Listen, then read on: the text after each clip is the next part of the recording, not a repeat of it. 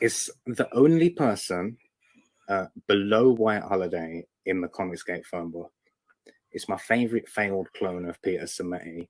The YouTube WyzGyz. How you doing, Conrad? Welcome to the show.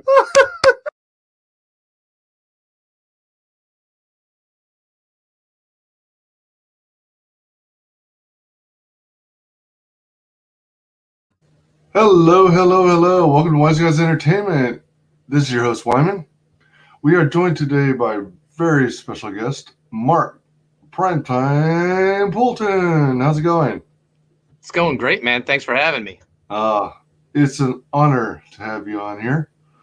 I've been doing this for like a year, and it's kind of surprising. This is the very first time we've had you on the channel today. Quite an honor. To those of you who saw the post earlier, we were also trying to get on Clinton Helinski, the artist, but something came up and he won't be able to make it today. So maybe in a future visit. Welcome, Matanui.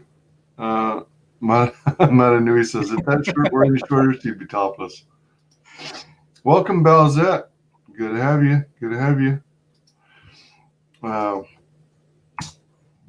the link. And you know what? While I'm at it, there's this thing I noticed a lot of channels are doing now, and where you, on YouTube, you pin a link. So I'm going to pin the link to the book. Cool. For anyone who wants to back it. Welcome, Sean. How's it going? Hey, What's Sean. going on, guys? What's up? Seeing as how this is the first time you're on here, I wonder if you do the honors and more or less share what your origin story is. How did you grow up? What were you into? What were your influences? And what were the key moments in your life that led you to reaching this point where you're crowdfunding your own books? Sure. Yeah. So I grew up. I didn't grow up a comic book fan at first. What brought me into comic books was G.I. Joe. I was a huge fan of G.I. Joe toys and the cartoon. And I'm watching the cartoon one day, and they run a commercial for the toy, and they did it so perfectly.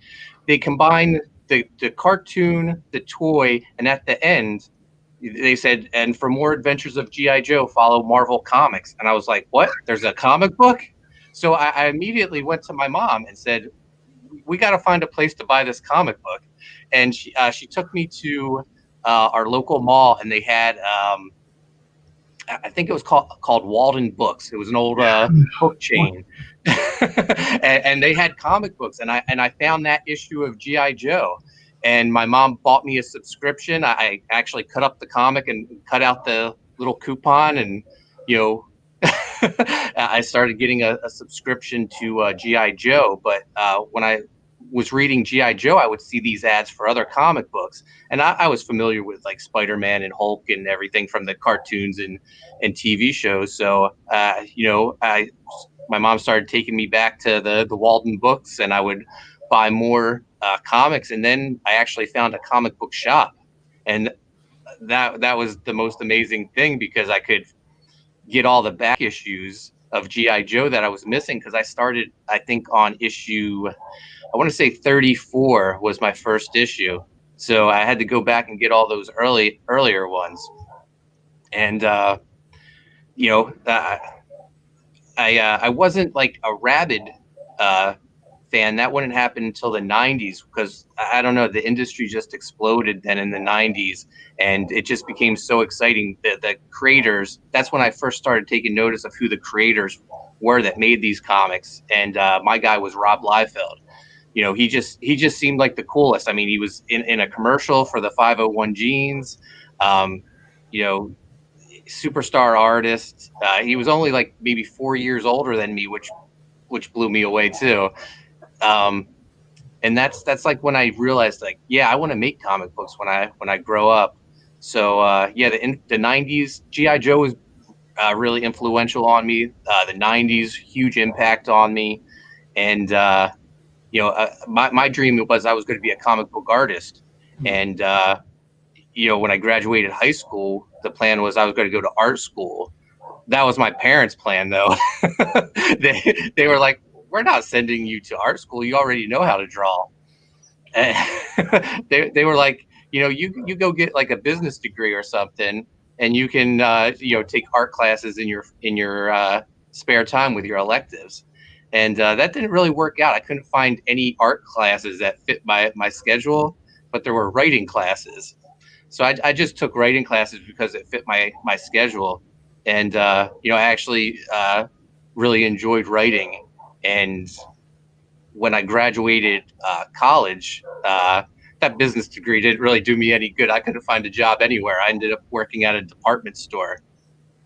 But I would meet my one of my closest friends there, Dexter Weeks, who he was at the University of the Arts in Pennsylvania at the time, and we got talking one night at the department store, and he was like, "What'd you go to school for?" And I said, marketing. But what I really want to do is make comic books.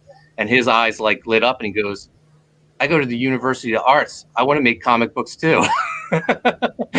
Oh, And wow. yeah, and then this friendship, started. That's lasted about 25 years. But we wanted to make comic books, but we had no idea how to do it. The internet wasn't that big of a thing back then. We were really like scratching our heads on how to do it. We actually made a comic book in the late 90s called The Holiday Commandos. And it was like this military team, and each member was based on a different holiday. And we made this full 22-page book, but we didn't know what to do with it. We we printed up copies ourselves and Xeroxed them and stapled them together. That's like the only thing we could do. Oh, man. What a trip. Yeah, it's actually like the 25th anniversary of the Holiday Commandos, and Dex and I keep joking that we want to bring it back. I still have like the original pages. I would love to get it colored and just like properly released into the world. Yeah, But you did. but yeah, Dex and I, we would go to Comic Cons together, and we didn't figure it out until like the early 2000s. Now once the internet became a bigger thing, all these indie publishers were all online, and we could reach out to them and like find out what their guidelines were and stuff like that. And we had both grown better as me as a writer, Dex as an artist. He actually had graduated from the University of Arts and was working with this artist that he had interned for. And he's probably like maybe 15 years older than us. And he had always wanted to make comics too. So the three of us teamed up, and we made this book called Coney Waves, and we pitched it to a couple publishers. We got some interest, and we ended up signing with Arcana Studio, which was a publisher based out of Canada. So it was like almost like a 10-year journey from graduating college to getting that first book out there. In between, I wrote a screenplay that was optioned during like the big teen comedy craze of the late 90s, early 2000s. It got optioned, but it was never produced. So it just sat in development forever. What does it mean to be optioned? A producer that I had sent the script to loved it. He wanted to make the movie, so when he options it, he gets like a 1-year window to try to make it. He pays me for that 1 year of my time, and then he tries to make it. And if he can't make it, he can either like re-option it or give the rights back to me. So we went through a couple options, and it never got made. It was a fun experience, but deep down, I really wanted to make comic books. Wow. And Yeah, once I got that first comic book out, Coney Waves, it just became a lot easier to make more. I actually got the attention of my hero, Rob Liefeld. He had a message board around the time I released my first book, and I was just posting on his message board and promoting Coney Waves, and he really dug it, and he reached out to me. Well, actually, I reached out to him. I DM'd him and said, "Hey, what do I need to do to one day work with you?" And he just messaged me back and said, "Don't worry, Mark, we'll work together one day." And I was like, "Yeah, right. That'll never happen." He's just like brushing me off. But I got a call Thanksgiving Day, like I want to say it was 2006, from a number I didn't recognize. Usually I would just let it go to voicemail, but I answered. But I answered, and I was like, "Hello," and on the other end I hear, "Poulton, it's Liefeld. What's up?" Damn, Thanksgiving Day. Yeah, he was just waiting for like his family to show up and decide to give me a call, and he talked my ear off for like 2 hours. Yeah, just telling me like how he was impressed with everything I was doing. That I reminded him a lot. I reminded him a lot of himself, just with like all the hustle I was doing, and he told me he had these plans to bring Evangeline back, his character from the '90s, and he was like, "Yeah, I want you to be the writer for it." And I was like, "Oh man, this is incredible." Yeah, and he said, "Yeah, it's not going to happen for a couple years, but in the meantime, I want to give you the license to do a Coney Waves Evangeline crossover." So I got to do a one-shot crossover. It was a lot of fun, and all the time I was like kept pestering. I was like, "When are we going to do this Evangeline series?" And to the point where he nicknamed me the Squeaky Wheel. Oh, yeah, that's the way to do it, though. Yeah, so like he told me these plans of Evangeline back in 2006. Evangeline wasn't published until 2011. In the meantime, he gave me like a bunch of work to do. Some things never saw the light of day. I plotted out this big Supreme event that never happened. I got to work on Image United, if you remember that, when all the image creators tried to do a mini series where they each drew their own characters in the book. Each issue had a backup story, and issue 2 was Rob's backup story. He did a Bloodstrike story, and I scripted that for him. Then he brought back Brigade in 2010, and I scripted that. And then finally, we found the artist that we thought was a good fit for Evangeline, and we got rolling on that. And my work on Evangeline led me to Rob took me with him at DC when he was doing a bunch of books, and I scripted Hawkman for him there. So, and all the while I'm doing my own stuff too. And one of the people I happened to meet on Rob Liefeld's message boards back in the day was John Malin. Yeah, because John was doing work for Rob too at the time, and when Brigade. The Brigade relaunch in 2010 came out, I was feeling pretty good about myself. The first issue was a sellout.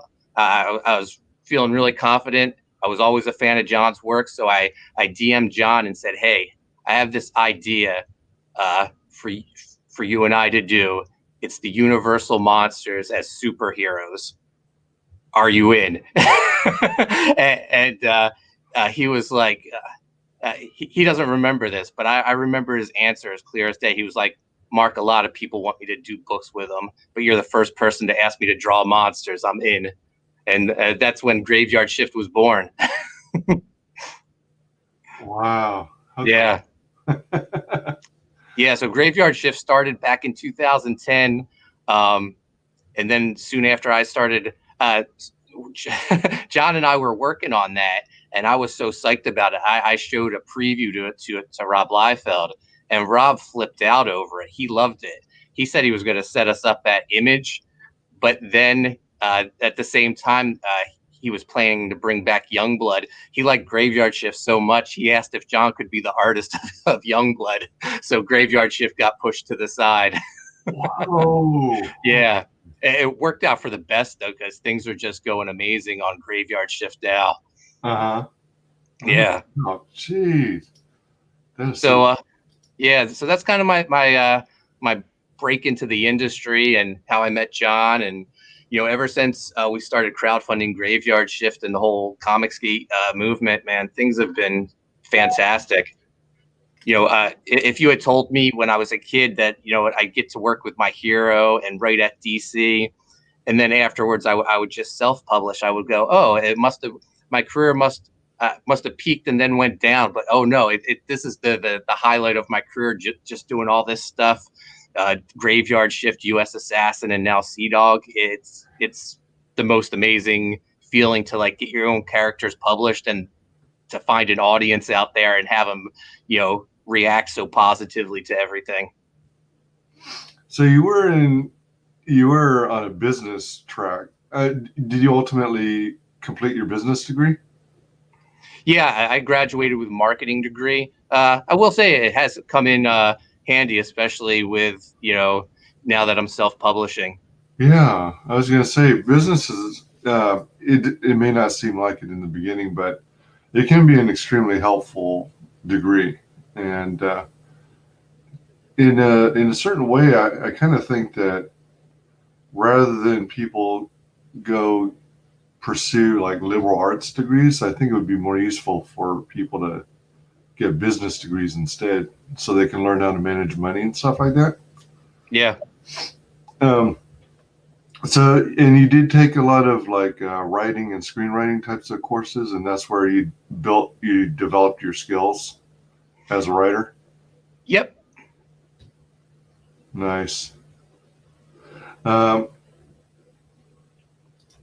Balzette said, hello all, sorry you've been having issues. Welcome Patrick Furtado. Hello. Hello. Loving at the squeaky wheel nickname. With a nickname like Primetime, people should take him more seriously. I took the Primetime nickname because I didn't really do a lot of live streams when we started with Graveyard Shift. I'm kind of a quiet person, but John Malin told me, he was like, Mark, you're a pro wrestling fan. You need to become like a pro wrestling character. So I started my YouTube channel, Primetime Poulton. I actually talk about pro wrestling on it, and I have Macho Man style sunglasses that say Primetime across it. Oh, that's great. That's great. John Malin seems like a real good guy. Yeah, for sure. Very cool. Very cool. So I did want to ask also, since you really got into G.I. Joe back in the day, did you get into collecting all the toys and everything? So I did for the longest time, and then when I got married, I made the mistake of selling all my stuff. so now the new figures, the what are they called, the classified, I think, or they're not the 3 3/4, they're like the 6-inch figures. Right. I just started getting into them, and there's another company called a company bought the Action Force license. Action Force was like the UK version of G.I. Joe. Uh-huh. And they bought the license to Sergeant Slaughter, and they're releasing a Sergeant Slaughter figure in the same scale. So I pre-ordered that. I'm starting getting back into the toys, much to my wife's disappointment. But I mean, this is I'm down in my man cave right now. You can see all the comics and toys behind me. That's so cool. What was the selling of all your original figures to help pay for the wedding and stuff?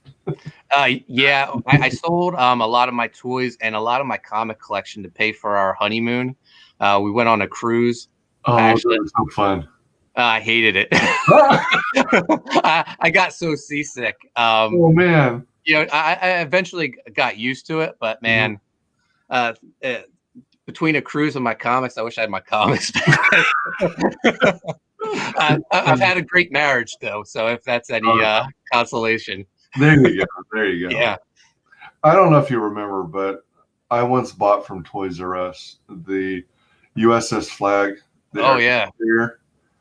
As a kid, I convinced myself that I would be able to buy that and get it to float in the bathtub. Oh. But but obviously it doesn't have a complete intact hull. So it's for display purposes, and so you had a play set. Yeah. But in the end, it was still cool anyway. Yeah. And man, when you said Walden Books, that brought me back. I used to go to Walden Books all the time. Yeah. Oh wait, actually, let me back up here. Nice, I'm a wrestling fan. Checked out that channel. All right. Awesome. Thank you, Patrick. Why do people always get shamed for collecting? So my wife actually has never shamed me. I think like she now that I have, she doesn't understand, like I have all this stuff. Why do I need more? And I was like, oh, it's just, I don't know. It just brings me joy. Like I can't explain why little plastic figures make me happy. Yeah. It's kind of the way I see it. It's like, it allows you to explore your imagination. Oh yeah, definitely. It's like Legos, just in a slightly different way. Mm-hmm. And you just imagine all these adventures your characters are going on. But those lines that you're in, I stopped collecting G.I. Joe a long time ago. Yeah. I'm not even sure if I have anymore. But the ones you're collecting, those 6-inch figures, those are looking pretty nice. Yeah. And it looks like they're loaded up with the weapons too. Yeah. And that's always been one of the big things for me when it came to G.I. Joe. The more weapons, the better the character. More accessories. Oh yeah. Oh man. So boom. SeaDog and Codename Killswitch. The second issue. Roughly how long had you been thinking about the idea for this? So when John and I were doing the Graveyard Shift 2 campaign, the response to that book was amazing. And my son, who I think at the time he was probably 8, he got so invested in how exciting that campaign was. And he's worked with me before on, he's actually like worked on me on projects like since he was 4. I do a line of kids books called A Cat Named Haiku, and he would like draw pictures of haiku and I would put them in the back of the book. And then when he was 7, he and we did a kids all ages graphic novel together called Pizza Tree, based on his idea. It's about a little boy who plants a slice of pepperoni, and this evil monstrous pizza tree grows from it. And we got nominated for a Ringo Award for best kids graphic novel. So wow. Yeah, he's always been interested in what I do, and he wants to be a part of it. And when Graveyard Shift 2 was happening, he got so invested in it. And he was like, Dad, I want to do a cool book like Graveyard Shift. I'm tired of doing this kiddie stuff. And he's like, he's 8 years old. So it's like, yeah, we can do a superhero book. Let's try to think of a character. So he's a big, I don't know if you know there's a kids book series called Dogman. I've heard of that. That seems to be really popular nowadays. Yeah, it's actually like a hilarious book. It's about like this police officer gets in an accident. He hits a dog or something, and they can't save the dog, and they can't save the police officer, but they can save like the police officer's body and the dog's head. So they sew the dog's head onto the police officer's body. And he becomes Officer Dogman. So it's like ridiculous, and Chase wanted to do something like that, and we came up with SeaDog, who, he's a regular dog who was given this magical medallion, and it turned him into this superhero SeaDog. And his superpower, he has super strength, he can fly, and he can turn into any sea creature he wants. All right. And then by day, his alter ego is SeaDog the Rapper, spelled CDAWG, and they're both like they're both dogs, but no one can figure it out that they're the same person. So we came up with this ridiculous idea that I loved, and at the same time, Clint Helinski, who I've known for years, I used to be the vice president of Arcana Studio, and Clint did work for us. We had the license for Greatest American Hero, and Clint was the artist of that book, and he saw what Graveyard Shift was doing, and he started hearing about Comicsgate and how Cyberfrog was doing amazing, and everything he heard about CG, he was like, yeah, I want to be part of this. And he reached out to me to see if I remembered him. And I was like, oh yeah, I remember you, Clint. And he was like, would you ever want to work on something? And I was like, well, I have this crazy idea called SeaDog. And he was like, yeah, I dig that. I have these characters called Codename Killswitch. Could we kind of like combine them? And it's basically like Marvel team up. SeaDog is mine and my son's character. Codename Killswitch are his characters, and they just work perfectly. It's just like this fun Saturday morning cartoon style comic book that's just over the top action, fun characters. It doesn't take itself seriously. I feel like it's the book Comicsgate was created for. It's just like a fun comic. That's so cool. Oh my gosh. Don't plant pepperoni. Noted. I knew that was coming. That is so cool. What an idea. I love it when there's creators who, where it turns into a family affair, Yeah. And family members, whether it be couples or parents and their kids, team up and produce something. It's pretty cool. It's really wild. Let's check out this trailer here.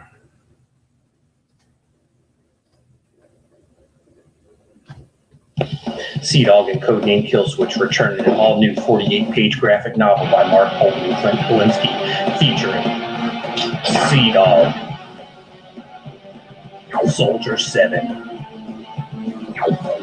Rebel, Tundra, Neon, Stormborn, and Crotch Rocket. Only on Indiegogo.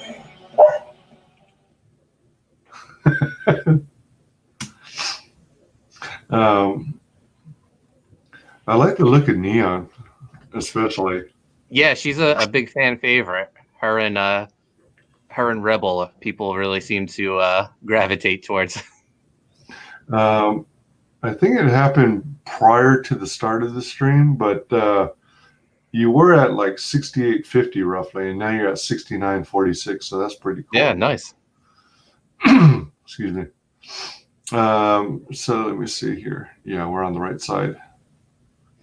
So it's 48 pages, and it's a team up between you and Clint. Yep. Let's see here. So if I'm not mistaken, the first issue did pretty well, right? Yeah, the first one, we raised about $22,000, but this campaign right now is like outperforming the first one. Clint and I are really excited about the response to this one. It's I think at this point, like we're almost at $7,000. I feel like it took us like 3 weeks to get there with the first campaign. That's pretty sweet. Yeah. Excuse me. And as you get more campaigns under your belt, the backers get used to you seeing you get fulfill, and that's key. Yeah, I think the key thing with us, the first SeaDog book, was we fulfilled 2 months early.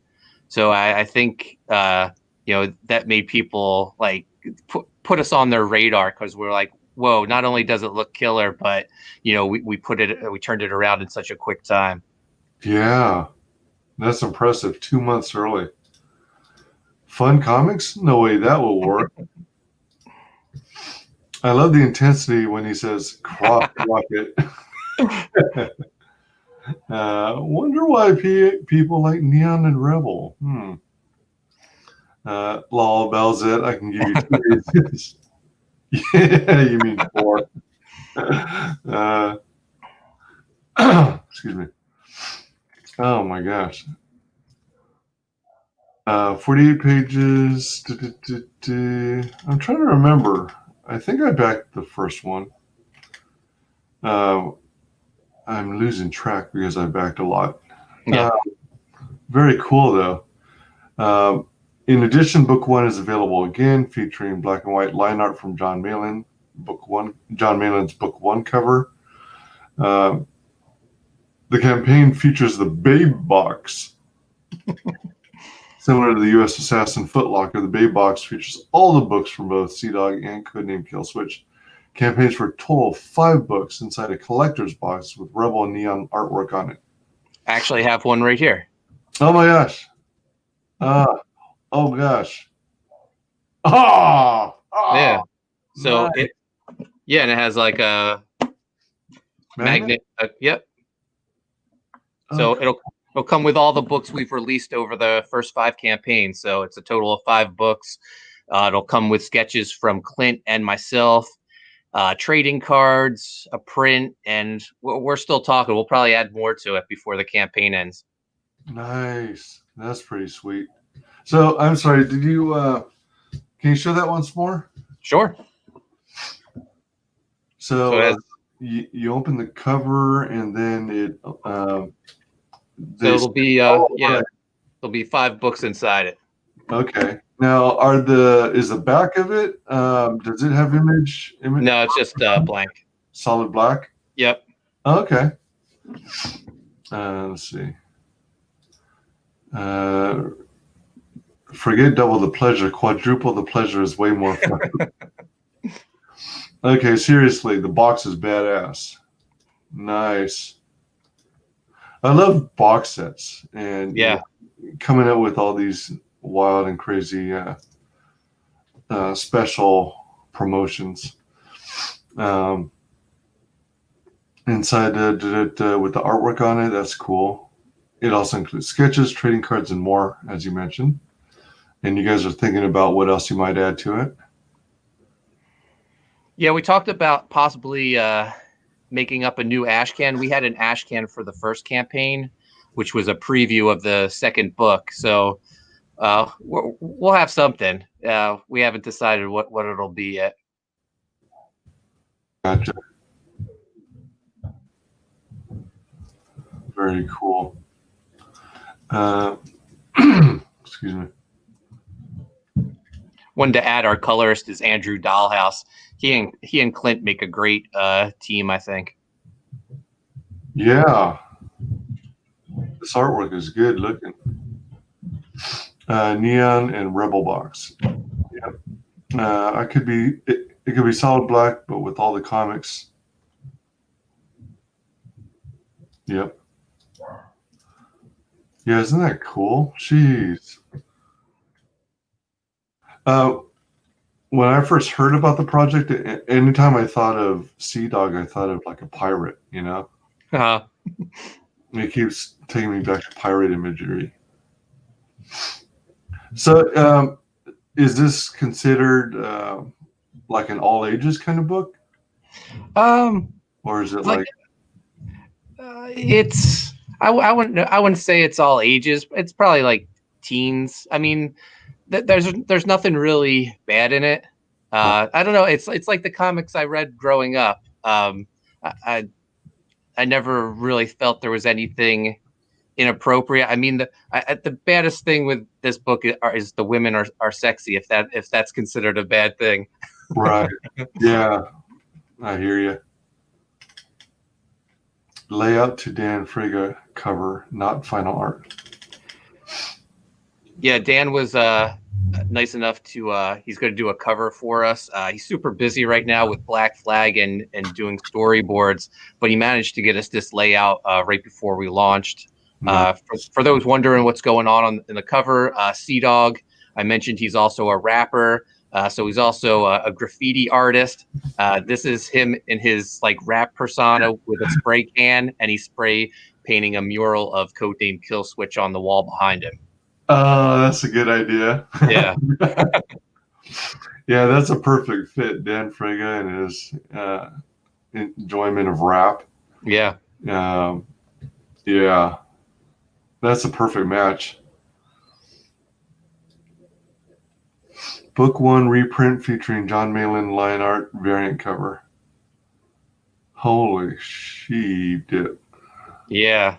So yeah, John did this killer cover for us for the first campaign. We had it colored, but his artwork is so beautiful and detailed. We thought, we should release this as a cover too. I think not only John Malin fans out there, but anyone who appreciates seeing the artist's line work would want to jump on this cover. Yeah, I love his work. So cool. Man. Interior pages by Clint Helinski and Andrew Dahlhaus.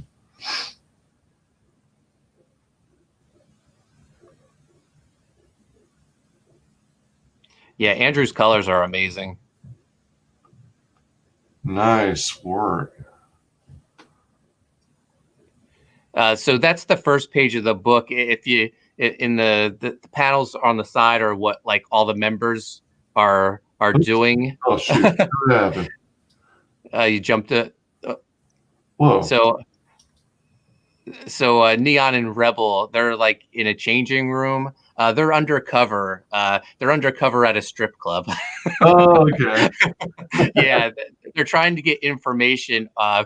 SeaDog's master, Peter, the little boy that owned him when he was a dog, has been kidnapped by a supervillain. So they're trying to get information at this superhero strip club.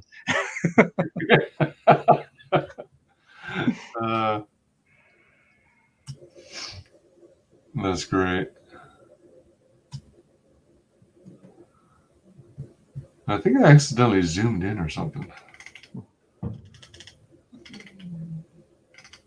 Man, this is nice. All these energy blasts. Yeah, that's my favorite page.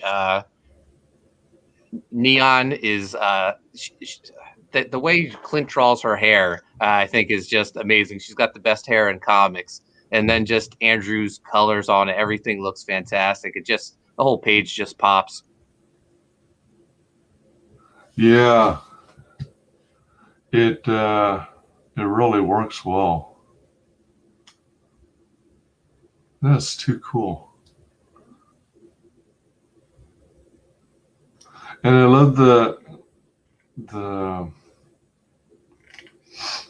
how it's not like just plain old squares and rectangles for the panels. You're going a little extra wild here. Yeah. Not only do you have angles, but you have angles in the other direction, and you're even breaking the lines.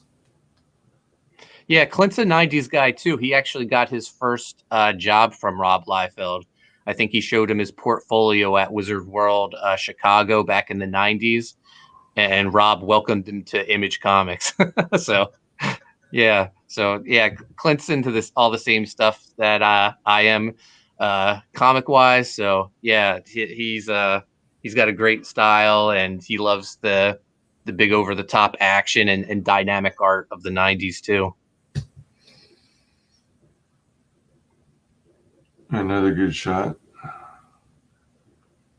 Is this the... Oh, actually, it might be a spoiler. That's hold on.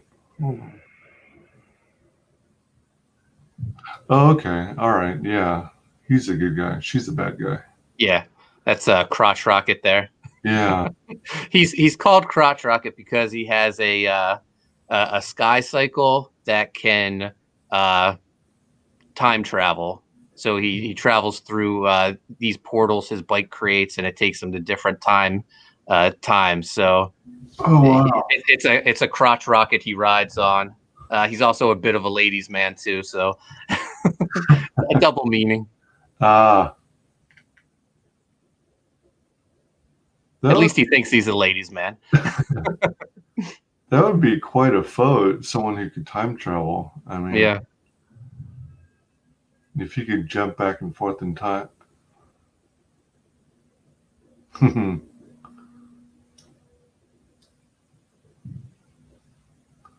There's Rebel. So that's a pinup Clint did. He colored that one himself.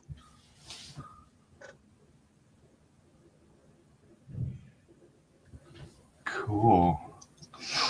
Let me see, am I missing anything here?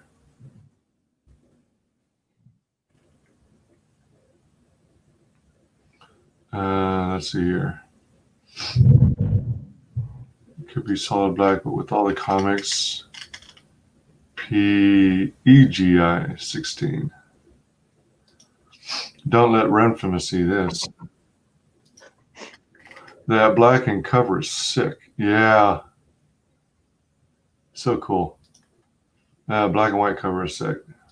Not much cover.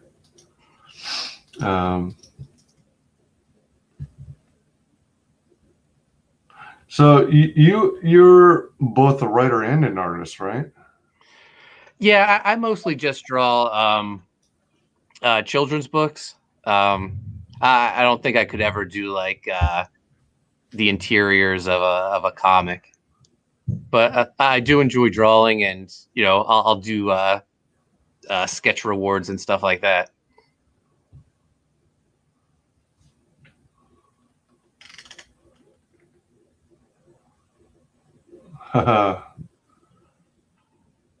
Yeah, so that's a page from the story. When they're searching for SeaDog's master, Peter, the villain that has taken him has found refuge on the planet of Tharoon, and that's the homeworld of Stormborn, who's a member of Codename Killswitch. And Tharoon, the throne of Tharoon, was just taken by force by Stormborn's brother Dragonborn, and Dragonborn is way in the background on riding that dragon. So they're ready for a big epic battle. Nice.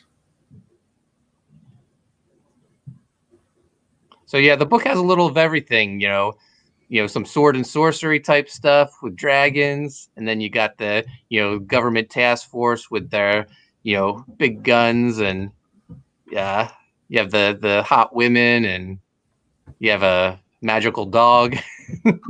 Magical dog. Welcome Jennifer Grover. Angels, WyzGyz. I'm just popping in. I can't stay too long because we got company tonight. But I saw that you were on, and I want to say a warm hello to you, darling. Thank you. Oh, and P.S. This is great art. That's a fact. Thank you. Yeah, definitely have a good time with your the company. Hope you have a great night.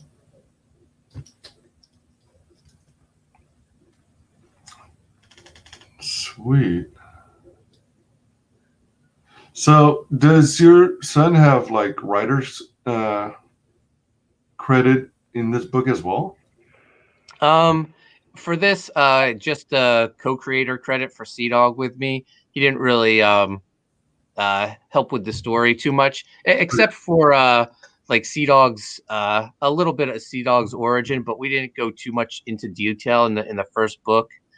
Where his powers come from will be explored in this volume.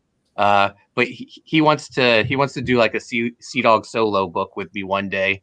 We're actually working on a different book right now that hopefully will be out like probably not till next year. But yeah, he always wants to work on something. Well, that's good to have someone at a young age express interest in passion in something. That's really big. Yeah, no, he's turning into quite the little artist too. One day he's gonna be drawing my scripts, I think.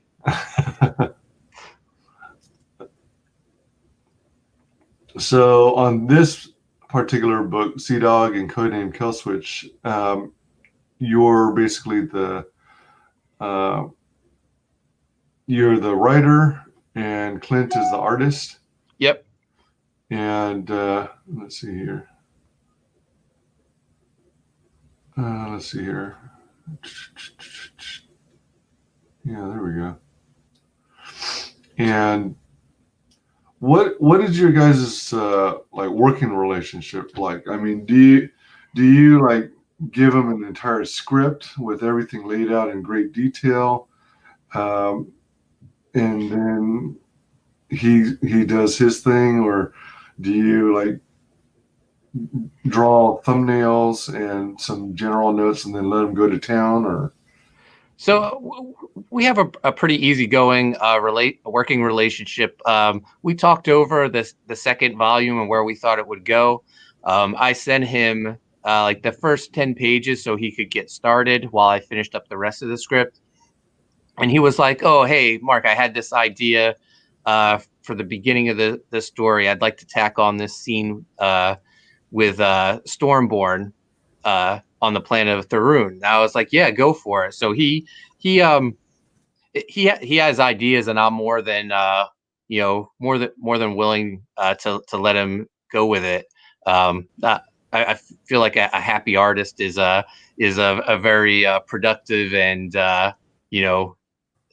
artist performing at the top of his game. So yeah, if one of my artists, Clint or John or Mike McMahon on US Assassin, if they have ideas that they want to incorporate, I'm always for it. Mike McMahon, who does US Assassin with me, always jokes that I'm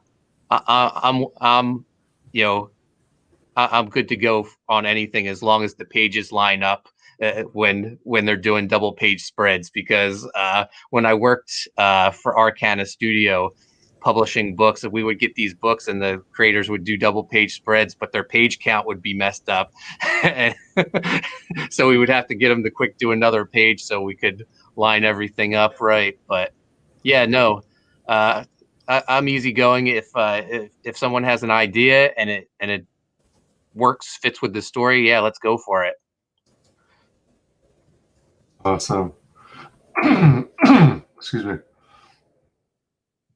Have you guys encountered any moment at which you guys felt you got stuck in the story and weren't sure how to get around it, and then until you collaborated and finally figured out how to move forward with it?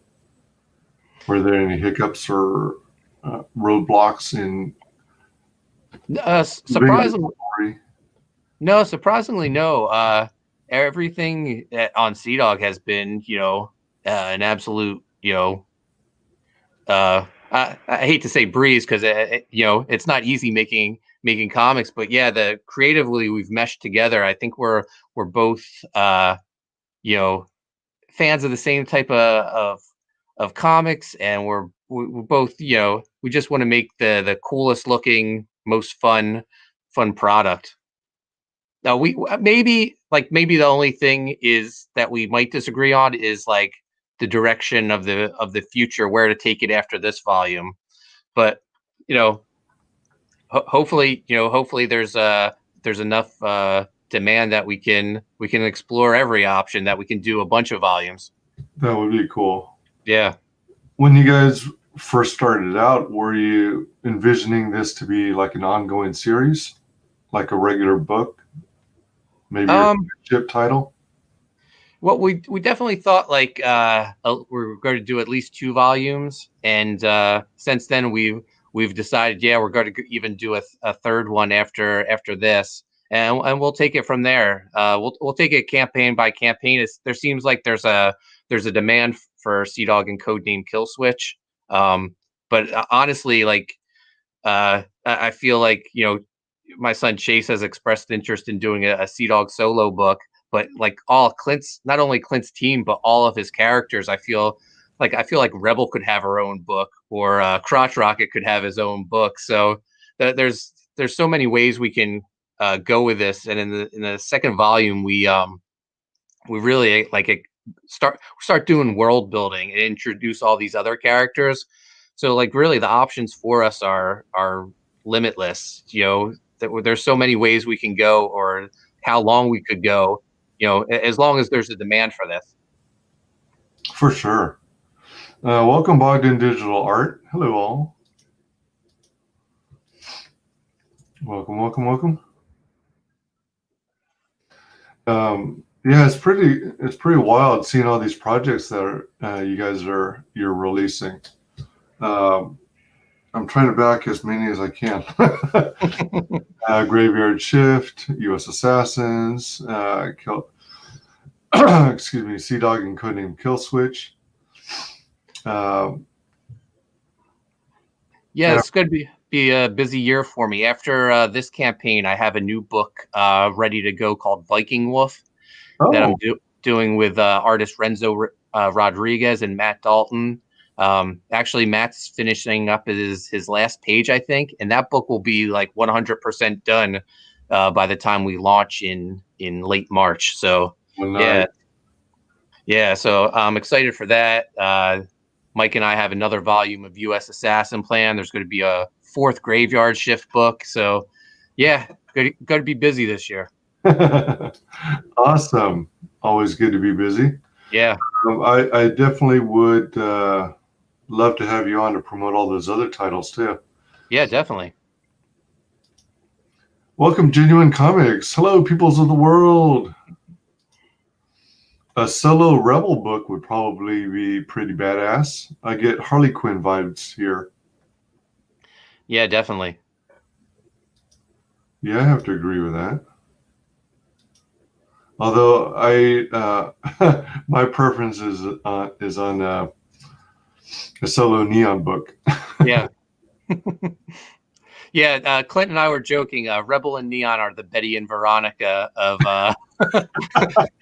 of the book. Yeah, I'm a Neon fan myself.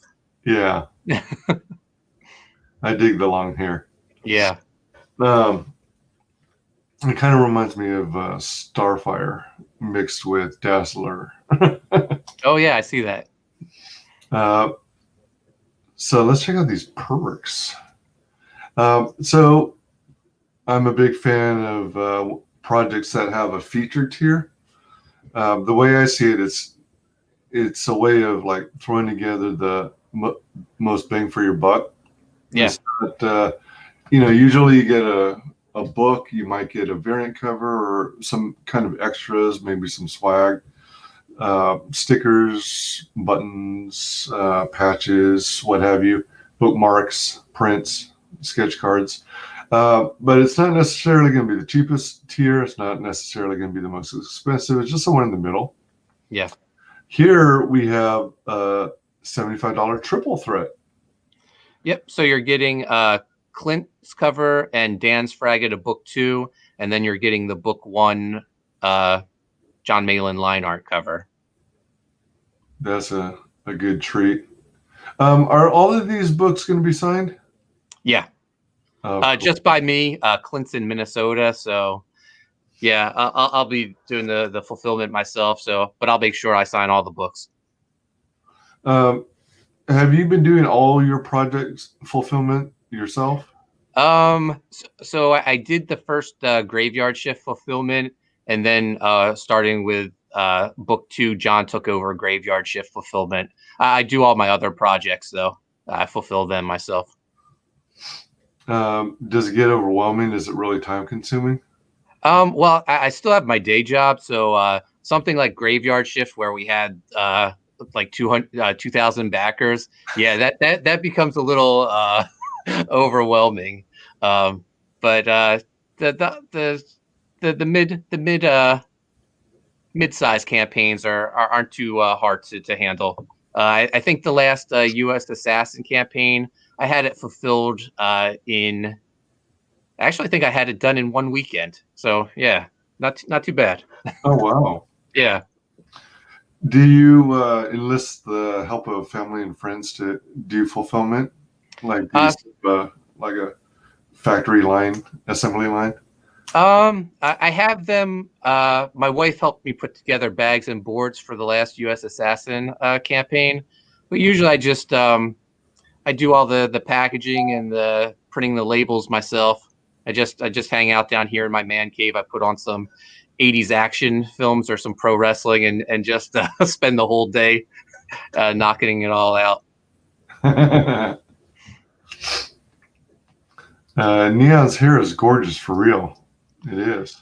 Yeah, I brought that up to Clint. I was like, how do you do that? Her hair looks amazing. He was like, it's just little squiggle lines. Just make sure they don't overlap. Oh, all right. So that's the trick. All right. So that's a $75 triple threat. And then we've got the book 2 regular cover. Yep, that's by Clint. Nice, nice. And you signed this one too. Yep. And then we've got the Dan Fraga variant. Yeah, so at the time I had built the campaign like a week before we launched. So we didn't have anything at the time, so I just did the Fragaboom logo and the question mark, and like maybe 45 minutes before we launched, Dan sent me the layout. So I couldn't change all the little thumbnails, but we were able to add his thumbnail to the content of the campaign. Right, yeah. Because when it comes to Indiegogo campaigns, if at least one person has claimed a tier, you can't make any edits to that tier. Yeah. Other than hide it and then duplicate it, copy paste it into a new tier and rename it and upload the new art. But I think everyone's looking at that with anticipation, because look at that. You've sight unseen. Yeah, you're getting all this interest. Yeah, and I think it'll be a good little bump to our campaign once we do have the artwork. It'll bring some more excitement. Usually the middle of a campaign can get a little, it's called that dead zone. So to be able to show off a Fraga cover will bring some excitement to the campaign, I think. Yeah, I'm looking forward to that update. And then we have the book 1 John Malin line art variant. That's real cool. I think I might have missed out on that one. So that's something I'd be interested in. Yeah, and pretty much everything is also available as an add-on. So if you see a tier where it doesn't have everything that you want, when you check out, you can just add on like the Malin cover or the Fraga cover. I love the add-on feature. Yeah. Sometimes when I back on campaigns, I have trouble getting everything I'm looking for from the project.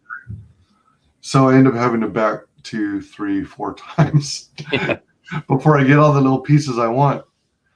And in doing so, I get hit with multiple possible excessive shipping costs. Yeah. Which is a bummer. So, yeah, pretty sweet. That's John Malin line art from book 1. And then here we've got book 2 both covers. Oh, right. The main cover plus the Dan Fraga variant cover. Yep. Nice, nice. And then the next one, the fan pack. So you get Dan's cover, Clint's cover, both for book 2. You get the book 1 John Malin line art variant, and then you get a sketch from Clint for $125. If you had signed up for our mailing list, you would have received a link to a secret discounted fan pack tier, and you would have saved $25. The fan pack is $100 for our mailing list members. Wow. Is that secret tier still available to those who were on the mailing list? Yeah. All right. So it'll still work. The link will still work. Yep. Oh, nice. Yeah. And it's been a popular reward tier. So, yeah, I'm happy we did it. When we put out the mailing list, I was trying to think of something to do. And I did the trading card thing with US Assassin. But when you're packaging up, books, and you have to like cross-reference it with your mailing list to see who gets the trading card, it can become kind of a pain. So I was like, oh, I think the secret tier, just sending everyone on the mailing list that link, it will be so much easier, and it has been. Yeah, for sure. That makes sense. Drop the link. That's a hell of a good deal. Oh, by the way, on the Clint Olinsky sketch, how big is it? I think it's going to be like 8.5 by 11, 9 by 12, somewhere in that size. And Clint says he's going to do like body shots, like that little example. You can't really see it that well, but yeah, it'll be like almost a full figure. That's pretty sweet. That's a hell of a deal. Yeah. For like an extra $50, you're getting a nice commission level sketch from Clint. Yeah.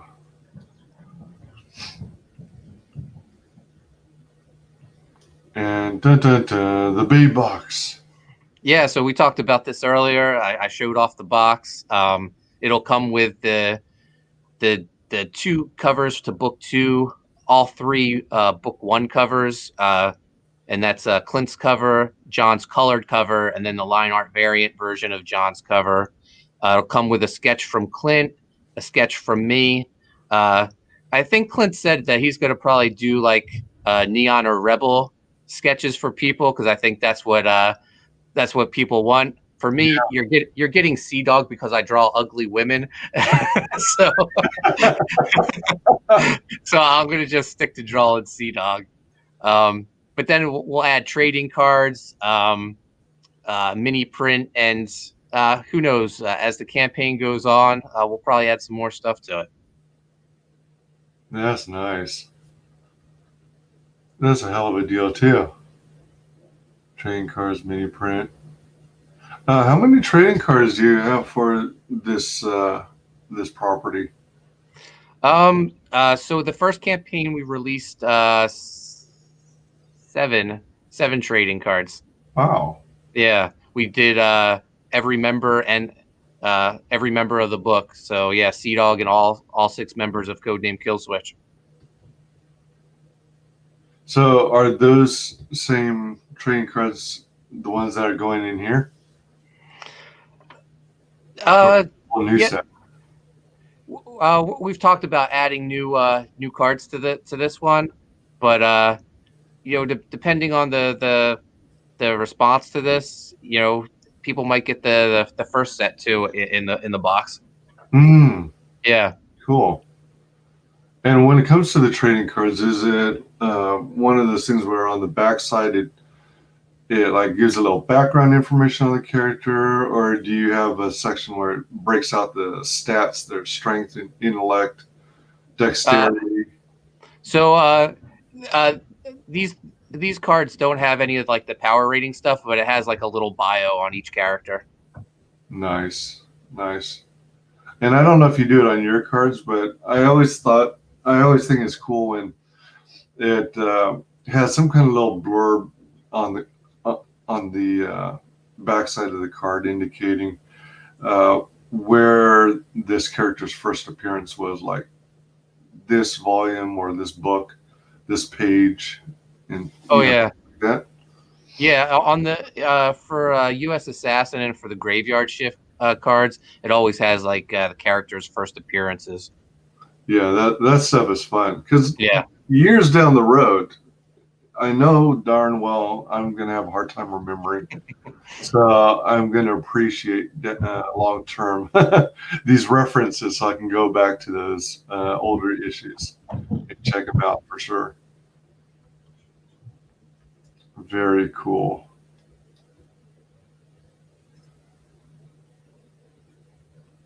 The Babe Box. So are you going to include like a waifu body pillow, maybe a beach towel?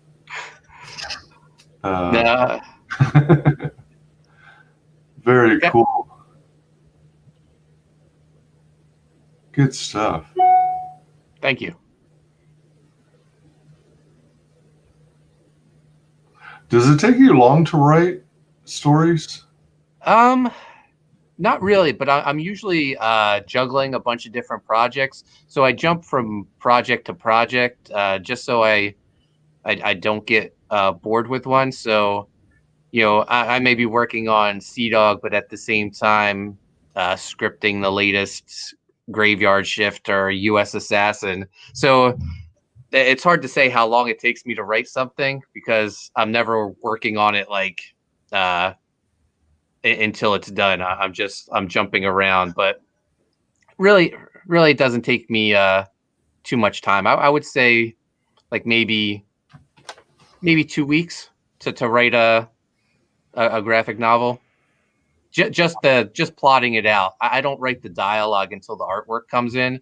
That's just when I started working with Rob Liefeld. That's how we worked. He would just give me finished pages, and I would write the dialogue. I guess it's called the Marvel method, but yeah, that's pretty much what I learned on. So that's what I've stuck to. It works well for me.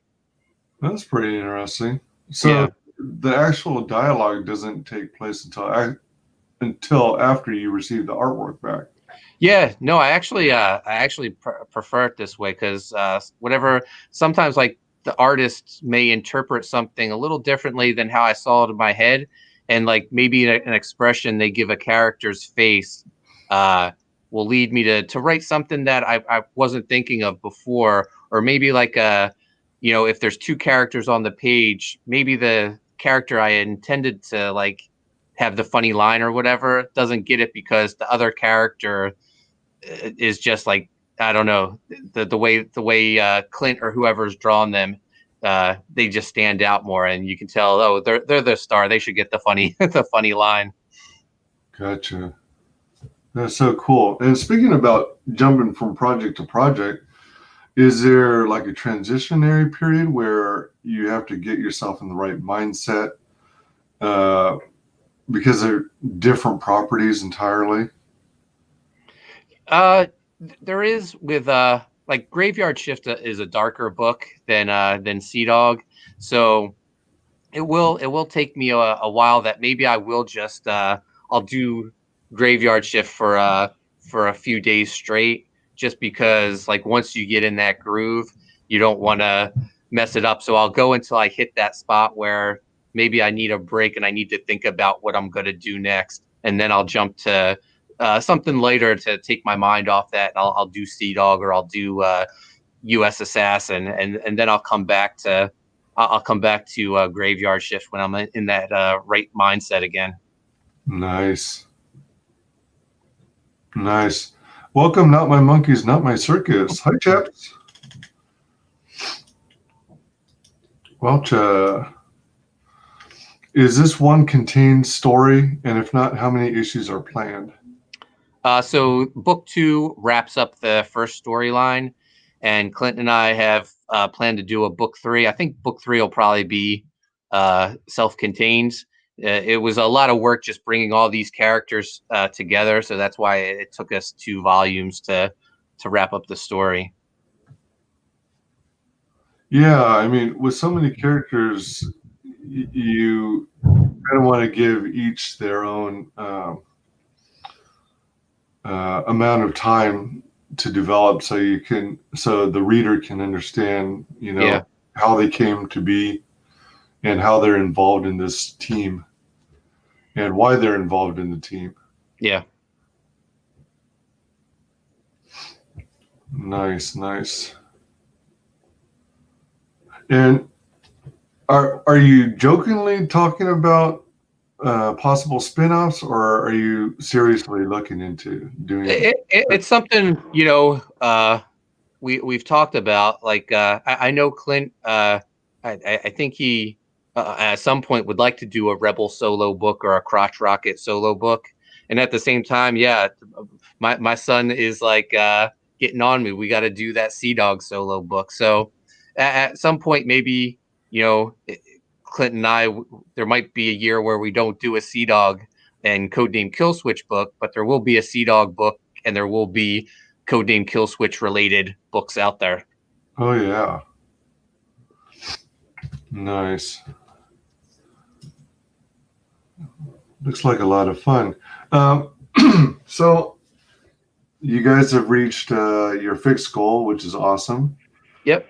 The 5,000 fixed goal, is that mostly the cost of fulfillment, production, and shipping? Yeah, just like printing, paying our colorist, and mailing it out. So yeah, we just wanted to make sure we had those bases covered.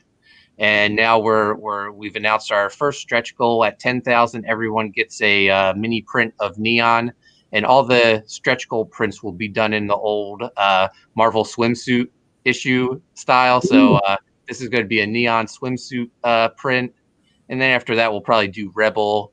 And there's some other ladies in the book, Agent Snow, a lot of female supervillains. So we'll keep it going as long as we keep hitting these new goals. Oh, cool.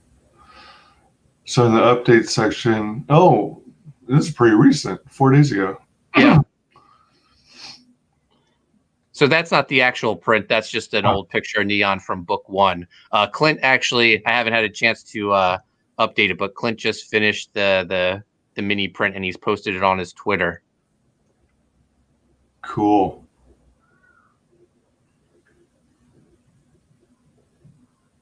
Oh yeah, there you go. You don't cross the lines in the hair. Yeah. He makes it sound so easy, but I mean, it looks amazing. Yeah, and as an artist, you want to go, must cross the lines. Excuse me. That's pretty cool. I like the way the cityscape is designed too.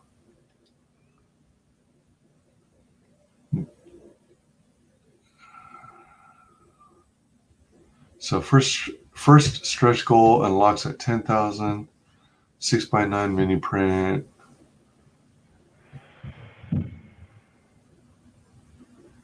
That's pretty sweet. And let me see. It mentions you guys got fully funded in 2 days. That's freaking sweet. Yeah, no, we were both excited about it. I think it took us maybe 2 weeks, the first campaign, to get funded. So yeah, we're excited about the response to this book, and wow, just seems like we're building on the success of the first campaign. Yeah, from 2 weeks funding to 2 days funding. Yeah, that's hell of impressive. That is really nice. So are you guys doing the what is quite common in CG still, where you do 2 30 rounds of funding and then yeah, you go in? Yep. Yeah, we're doing 30 and 30, and then we'll go in demand.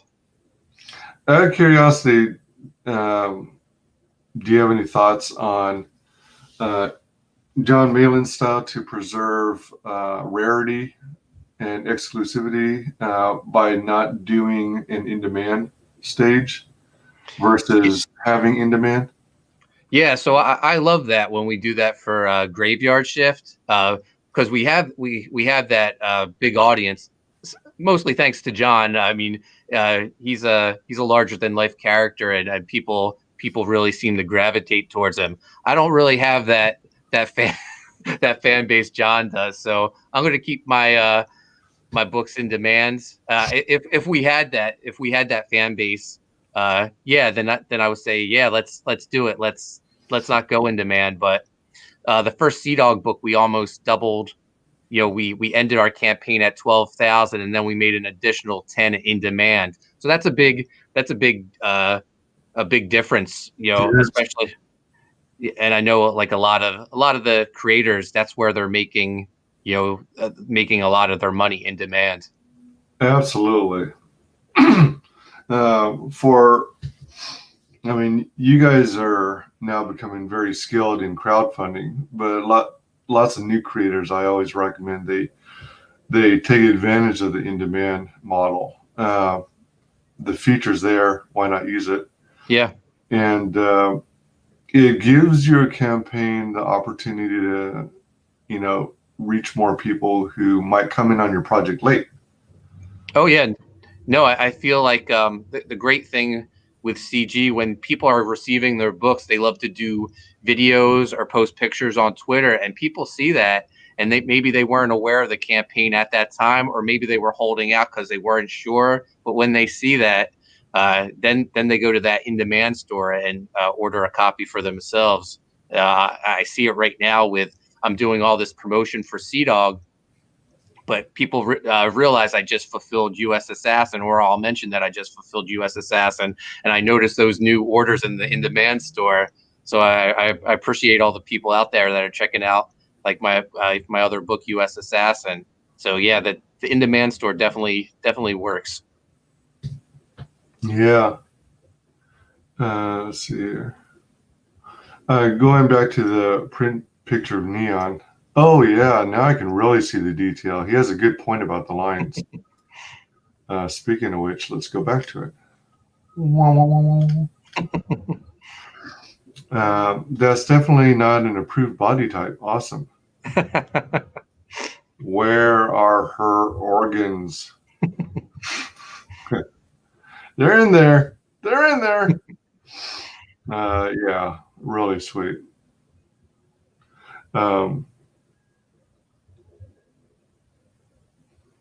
Yeah, I'm still loving the fact that you and your son collaborated and came up with the character.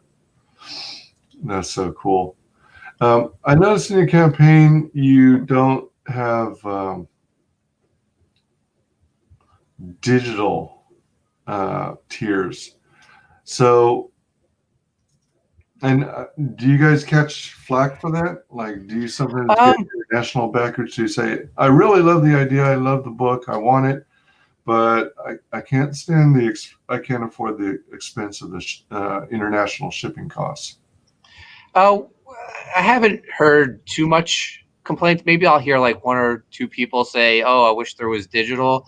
I think maybe when there's a bigger body of work, then we'll release digitally. Right now, I think we're pushing the fact that these are high end collectibles. They're you know, the highest quality, and that's, you know, $25. I understand that's not cheap, but the end product, I think, is of the highest quality, and that's what we're pushing right now. Definitely good looking project. Be sure, everyone who can, back it once, back it twice, back it 3 times a lady. And if you can't afford to back it, be sure and spread news about it on social media. Definitely a worthy project. Some good looking artwork, good story. And so 69.46. Oh, nice. You got a tiny little bump. 69.89. So you're at 106 backers. Fantastic. Awesome, man. 139% at a $5,000 fixed goal. I love when you get to see the percentage exceeding 100 and it just keeps going up. Oh yeah. It's just visually fun to watch. Yeah, the last graveyard shift, our goal was $500. So it was just like the craziest number in the thousands. Yeah, something like 2,300%. Yeah. Like that. Yeah, it's pretty wild.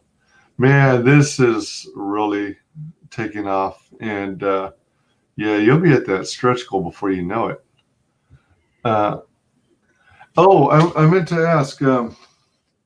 So Clint, I haven't had a chance to meet him yet. Is he a traditional or digital artist, or does he do both now?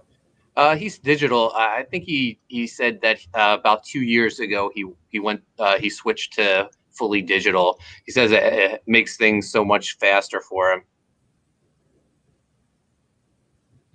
Gotcha.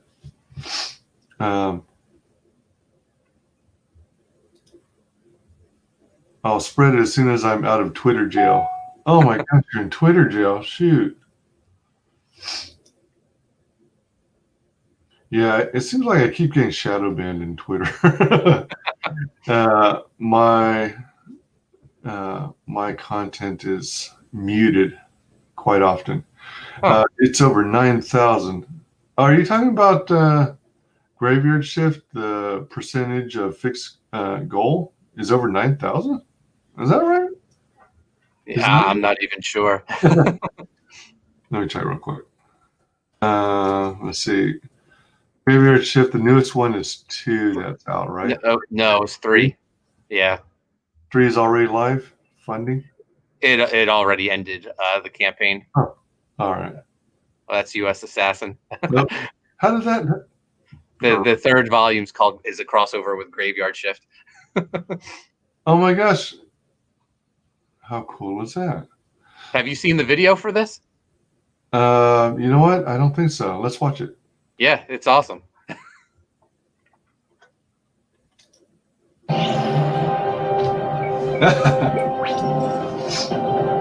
the mercenary, Flip Gordon.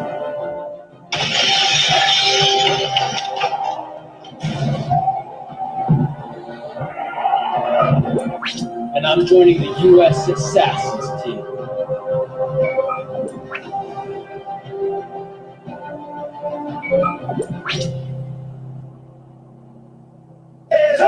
Yeah, this is U.S. Assassin. They bout the action, ready to make it happen. Yeah, this is the elite government task force. Whole team is official. What more could you ask for? Yeah, this is U.S. Assassin. You don't want drama. If they pull up, they Holy!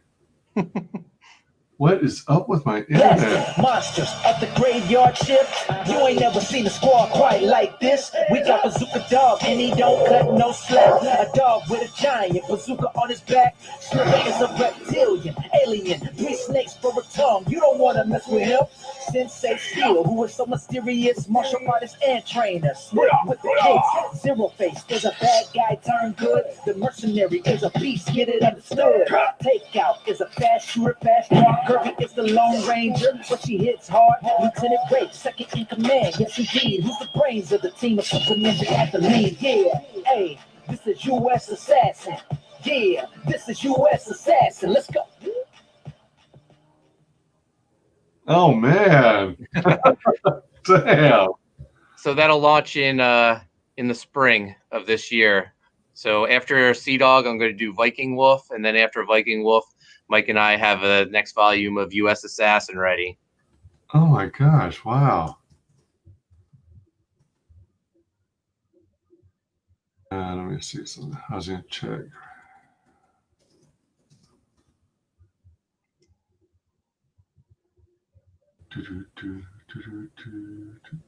Graveyard Shift 3, there it is. It was over 3,000% funded. Okay. Graveyard Shift Volume 3. All right. Man, 265,000. Yeah, it's amazing. Oh, wow, even bigger. 53,076%. Oh, on that other screen, I thought that was a dollar sign. So I thought we were at, wow, 53,000. That's amazing. That's funny. Oh my gosh. But oh man, I'm excited about this book. This is sweet. Thank you. 69, 89, 106 backers. Yeah, you're definitely growing your audience, and the fact that you guys are fulfilling so quickly, that makes people happy. Yeah. Especially in light of those other few campaigns that fail to deliver or fail to deliver efficiently. Very cool. Let me see if I missed anything. Oh, okay. Oh, it's a joke. I think that's reference. Yeah. Dragon Ball. Yeah. Yeah. As soon as I read that it's a joke, I immediately thought of Dragon Ball Z. Excuse me. No way, Flip Gordon. Yeah, Flip. I don't know if you're a wrestling fan, but Flip Gordon's the guy who was at the beginning of our video. He's becoming a character in the U.S. Assassin comic book. He's becoming a member of the team. So he's like the Sergeant Slaughter of our comic. Oh my gosh. Yeah. So does that mean you guys are going to do like cross promotion to his audience? And Yeah. oh wow, that's sweet. Yeah. Does he have like a YouTube channel or something?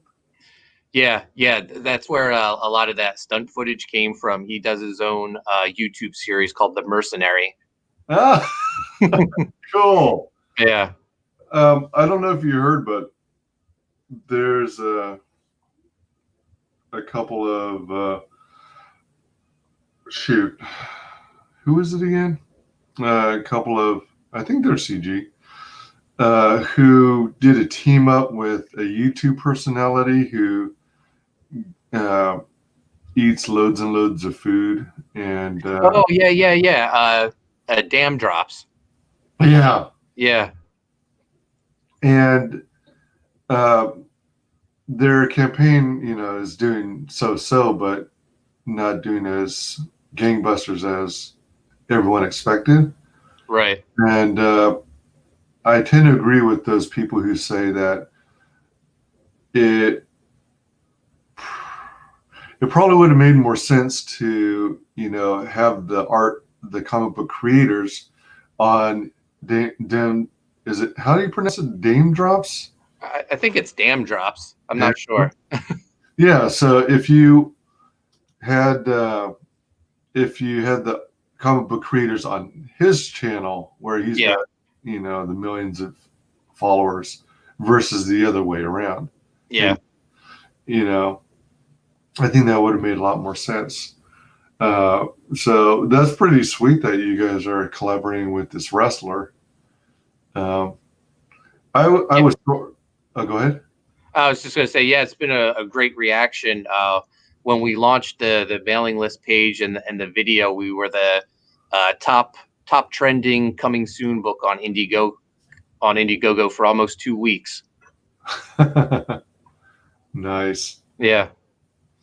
Yeah. I used to be into like WWF years ago. Back when characters like Hulk Hogan and Randy Macho Man Savage were popular, Andre the Giant, Hacksaw Jim Duggan, and those characters. I hadn't really kept up with it since then, though. But that's pretty cool. Yeah, I agree that it kept buffering on my end, and I generally have pretty decent internet, so I'm not sure why I was having so many problems. How did you all get Flip? So I said I was a big G.I. Joe fan. For U.S. Assassin, I was trying to think like I wanted my Sergeant Slaughter type personality. I wanted that real life member of the U.S. Assassin team.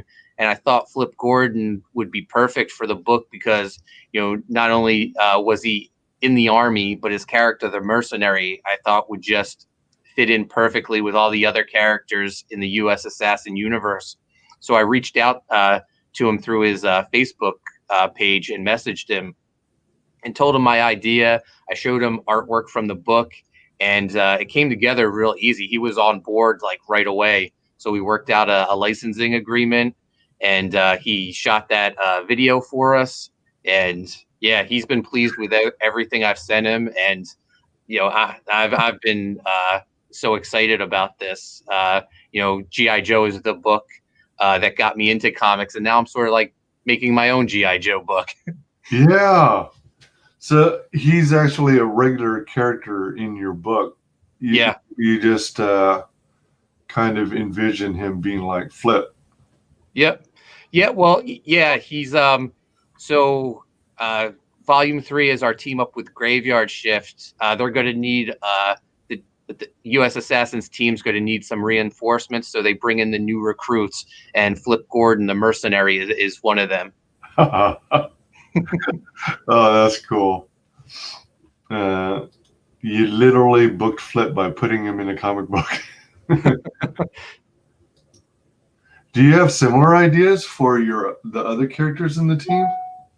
Like, did you kind of, like, it said that when oh crap, what's his name? Who's doing the Mandalorian? Why am I blanking out on his name? Jon Favreau? Jon Favreau, yeah. When he supposedly created the character Cara Dune specifically with her in mind. Well, yeah. So Flip Gordon, his character, he had this mercenary character himself already. That's what he was doing on Wrestling Now. So he already had this character, and I saw the character, and I thought, that character would be perfect for U.S. Assassin. So yeah, I asked him if we could license the mercenary and make him a reoccurring character in the book. Gotcha. That's pretty sweet. Drop the link. Yeah, so back the campaign if you can, and let's go ahead and oops. Yeah, I'm on the right page. Let's watch the little teaser promo trailer here real quick. SeaDog and Codename Killswitch return in an all-new 48-page graphic novel by Mark Poulton and Clint Polinsky, featuring SeaDog, Soldier 7, Rebel, Tundra, Neon, Stormborn, and Crotch Rocket. Only on Indiegogo. Is it just me, or is there like the sound of a dog barking? Yeah. So when I did that video, I was looking for a dog sound effect for SeaDog, and I couldn't find a good one in YouTube's audio library. So while I'm recording this, my dog just walked by and barked. I was like, it's fate. So I kept it in. So your dog gets trailer credit. Yep.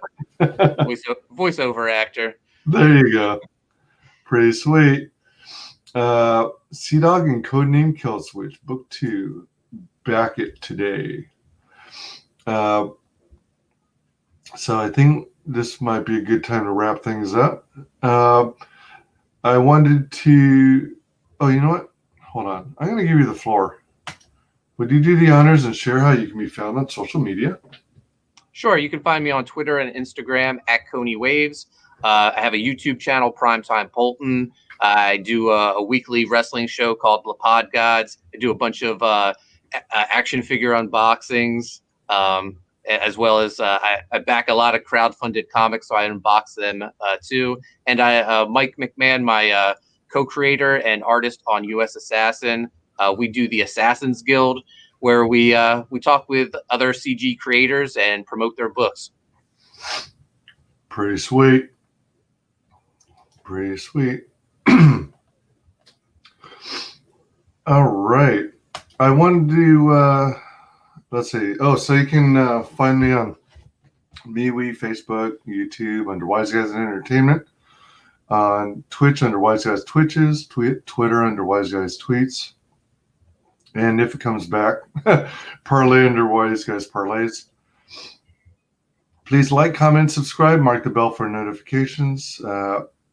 Check out or drop some comments down below the video. Let us know what you're most excited about on SeaDog and Codename Killswitch, Book 2.